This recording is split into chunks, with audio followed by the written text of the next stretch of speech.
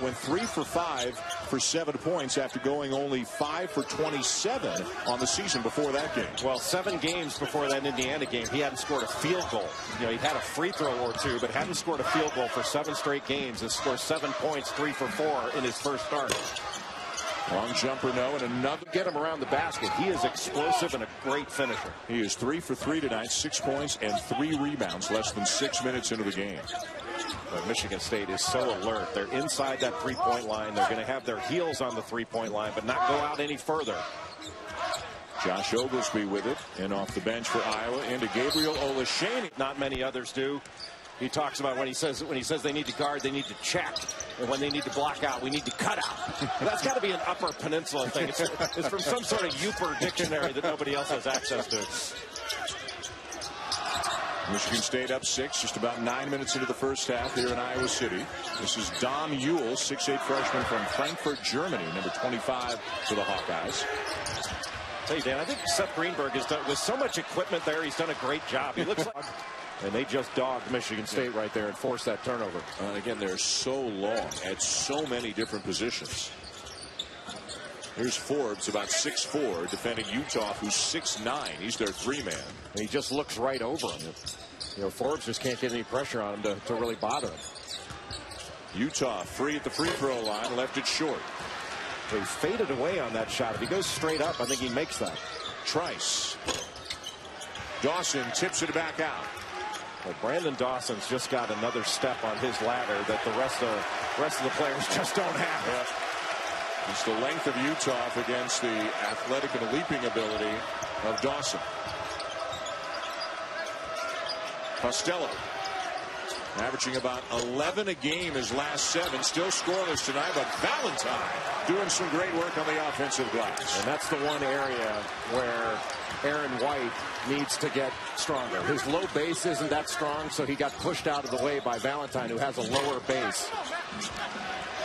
Jacquemus, Costello a rebound. Here comes Michigan State again.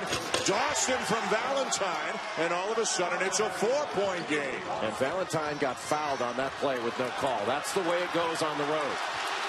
Tom Izzo and the rest of the bench agreeing with you. They were in disbelief there was no call there. 7-0 run and a quick one for the Spartans. How about Michigan State slapping the floor there? They may owe like trademark copyright royalties to Steve Wojciechowski. Jock with the ball, had a good first half for Iowa. Good help by Matt Costello. See, that ball's got to go into Olaseni. He's wide open. Instead, it's Clemens. Misses the 3. Here comes Valentine. He'll pull up. Got a foot on the line. Yep. And it is a long 2. They're going to take a look at it, I believe. Goes on the line, no question. Well, how about it also opens up the offensive glass. So even if Trice had shot that and missed it, Costello would have been there for the offensive rebound. Tum Nairn into the game for Valentine, and Brandon Dawson returns for Javon Bess. One of the great names in college sports right now, Lou Rawls Nairn. You'll never find a better name. Lou Rawls Nairn Jr. Did you get the you'll never find part? Yes. You might be too young for that. Seth will get it. I'll tell you, this is Tum. He's trying to get the Iowa a little indigestion, but this is a really small lineup for the Spartans with Tum, Trice, and Forbes. And a hot.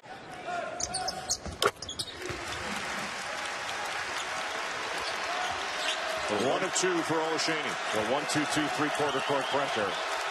I think Michigan State needs to break this to score. A steal by Jock.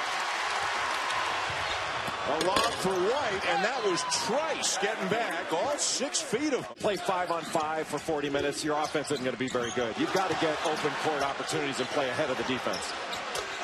Well, White with a block, and then Valentine picks up the loose ball, steps back, and hits a 3. And Michigan State can barely miss from beyond the arc tonight. They've got 11 threes in the game.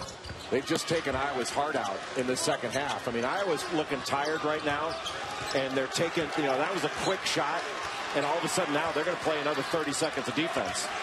And they're getting methodically beaten up in the second half. I mean, they block a shot and they don't stick with the defensive possession, and Michigan State winds up getting a wide open shot out of it. Dawson finishes a shot that not many people could. He lost.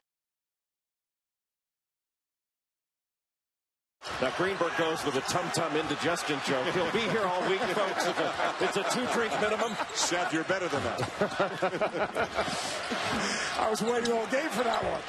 Utah and Trice will draw the foul on Gazelle. We got a good one going here at your game. So like when you see Tom Izzo getting after Brandon Dawson, see, that's a teachable moment, but it's also, hey, we went over this in film, we went over this in walkthrough. All right, you're a senior, you've got to be locked into that. That's not a mistake you can make to give up 2 easy points. You know, they have not defended nearly as well in the second half as they did in the first. Trice getting ready to check back in for Michigan State. There's a foul on Schilling. Well, Schilling just got caught. You got to play on the line, up the line, and when the ball's reversed, Olashaney just got right. You know, the point is, if you miss a free throw and you get possession of the ball, you get